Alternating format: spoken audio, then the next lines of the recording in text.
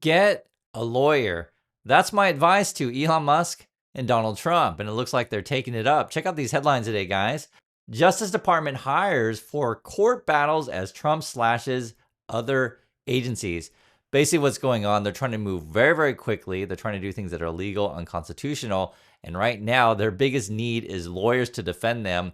And effectively, if you're a good lawyer, if you know the law, you don't want anything to do with these kind of people. Let's just jump right in and we'll talk about what's going on here. So this is the story. It says the Justice Department is recruiting new attorneys to help defend President Donald Trump in immigration and other policies in court, right? You're trying to do all this stuff. You need people to defend you. According to public job postings, department officials and legal experts, right? So help wanted signs are hanging out everywhere. Please come work for the Trump and Musk people if you're an attorney. That's what they need. The aim is to create a cadre of lawyers with the skills and willingness, that's going to be tough to find, willingness to back the administration as it gears up legal challenges on birthright citizenship, sending migrants to Guantanamo Bay, federal workforce firings, and deep spending cuts and more.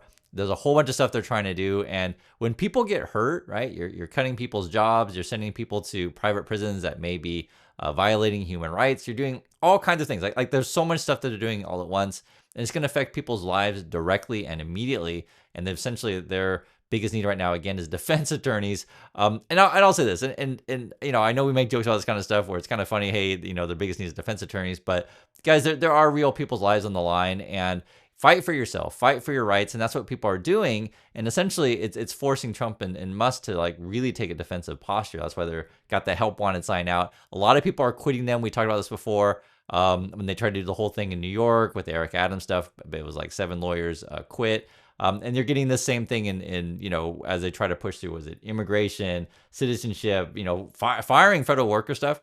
You're going to be hit with so many lawsuits with that. And then again, the spending cuts. It also says here, the hirings are largely to fill openings created by the high number of civil division attorneys who had resigned since the 2024 presidential election, right? People aren't going to be a part of their administration. Good luck with that. And now we've got, I just told you in the last video, the court is asking for a representative from DOGE to come and explain what you're doing. Please tell us your structure, your procedures, who's the staff, etc. This makes Musk really mad when you ask for transparency and details of what you're up to. In fact, this is the kind of stuff he tweets out, and he tweets out like 100 things a day, so I can't show you all of them, but I'll show you the highlights. This one is interesting. It says increasingly significant consideration, and this is like a Mad Max photo. Ladies, it's time to start thinking whether the guy you're dating has post-apocalyptic warlord potential. That's what's on Elon Musk's mind, right? Is like, I guess we're trying to go to, you know, the Mad Max world where there's no law and where it's all a bunch of gangsters, you know, and gangs running around in motorcycles and spikes to fight each other. I guess so.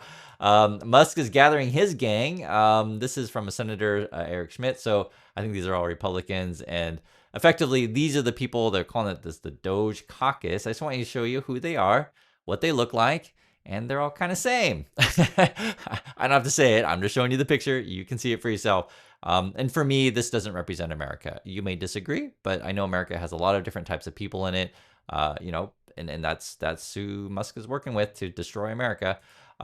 Their plan right now is to fire as many judges as they can, because essentially the courts and the laws are against them. And so he tweets out these kind of videos. They're like, oh yeah, let's impeach judges. Let's get rid of the law. Let's just get rid of these people. And it's like, come on, really? And some of the we'll just say this, some of the Republicans are pushing back because they don't want to go to prison. They don't want to break the law. Because you may have policies you want to push through, right? But people who've been in Congress for a long time, they know how this system works. So you'll get these videos every time. I don't know the Joni Hirsch, but I guess she's saying, hey, we're working with Musk to save money. It was all in vague statements. This was the most interesting one, though. And again, Musk tweets out tons of stuff. So this is one of Musk's buddies. This is the senator from Utah. He hates Social Security. He's always trying to ways to either eliminate it or privatize it. But this was an interesting tweet by him.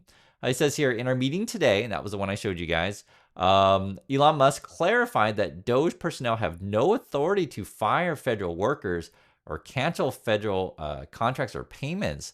So this is definitely rolling back the rhetoric that they're saying before, right? So honestly, I don't know what they're doing over there. That's why they're called in the court. But at least according to Senator Mike Lee from Utah, he says, in our meeting today, Elon Musk clarified that DOGE personnel have no authority to fire federal workers or cancel federal contracts or payments. So I think there's definitely pushback. You can see it in their language. Rather, they make recommendations to department heads and other executive branch personnel who have such authority. Those most inclined to demog DOGE are attributing the DOGE authority it does not have. I'll say this as well. There's a possibility you put out this language to say, oh, we don't have any power to fire people. And then suddenly like, okay, so who's firing everyone? Who's pushing everyone out? So you could read this one or two ways. They're trying to dodge liability, which is something they've tried to do with Musk before by saying he's not actually the head, right? Or they could be say like, oh, no, this is like someone else's fault. And then they'll pick the last time that we named someone was like the Pamela person, which is just basically a fall person. Who knows? But I'm just saying now they're trying to make the case that they have no power. It doesn't really make any sense, but that's their defense. And that's why they're getting defense attorneys. We'll see you in court, right? That's what it ends up being. This is Elon Musk. He says here, the New York Times is pure propaganda and a bunch of a-holes. What? That's how Musk responds to stuff when he's in a losing argument. He just starts calling people names. So basically what's going on is the New York Times, actually, they've been doing a good job of exposing DOGE. They put out a list with pictures of the people involved with it. So we actually have it right here. Here's the DOGE leadership. Elon Musk, Steve Davis, Brad Smith, Amy Gleason, Chris Young.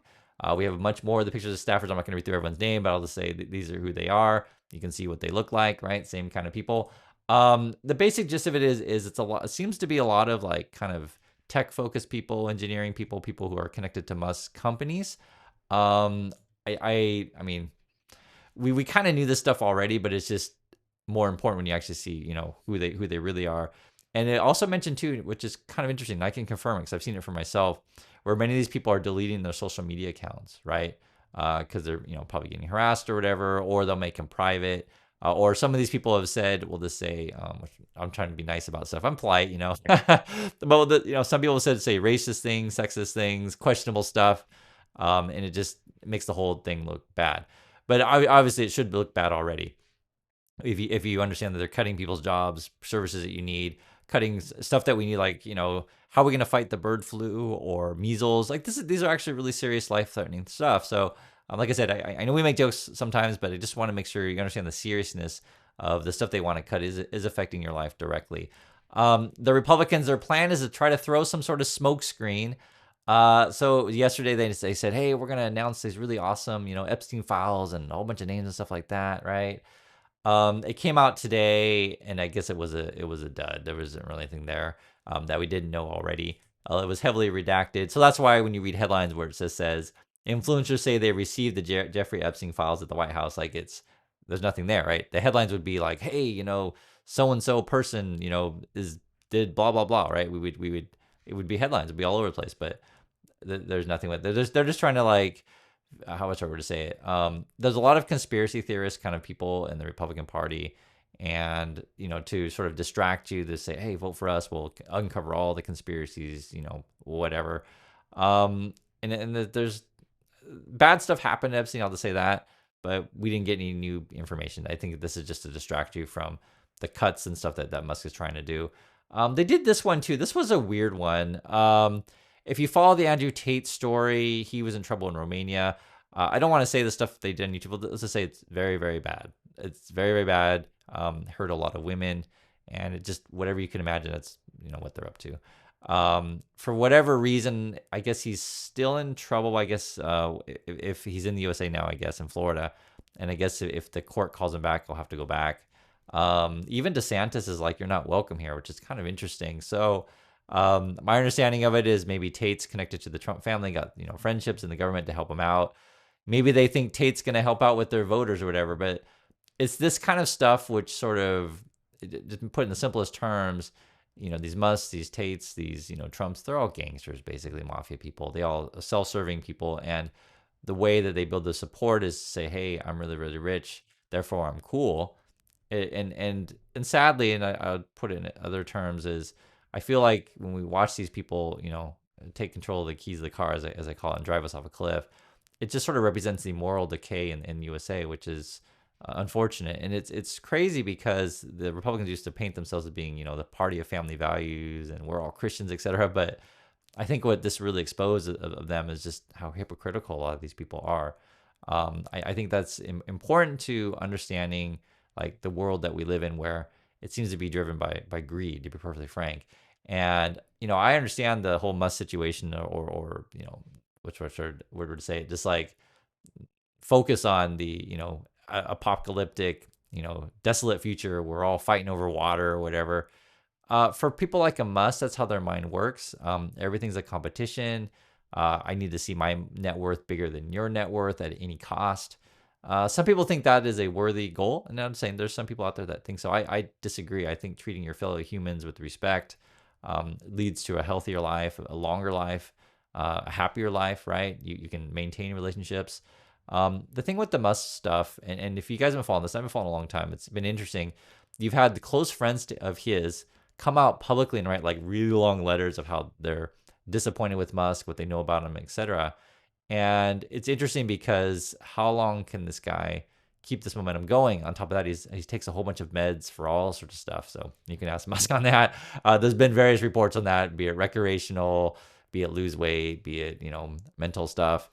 He's just on all sorts of things, and that's why it's kind of crazy that that's the person that we're putting our trust in. But like I was saying, when he goes to these kind of meetings, and yes, it's true. Many of these Republican people are fake, and you can pick wherever your favorite fake one is.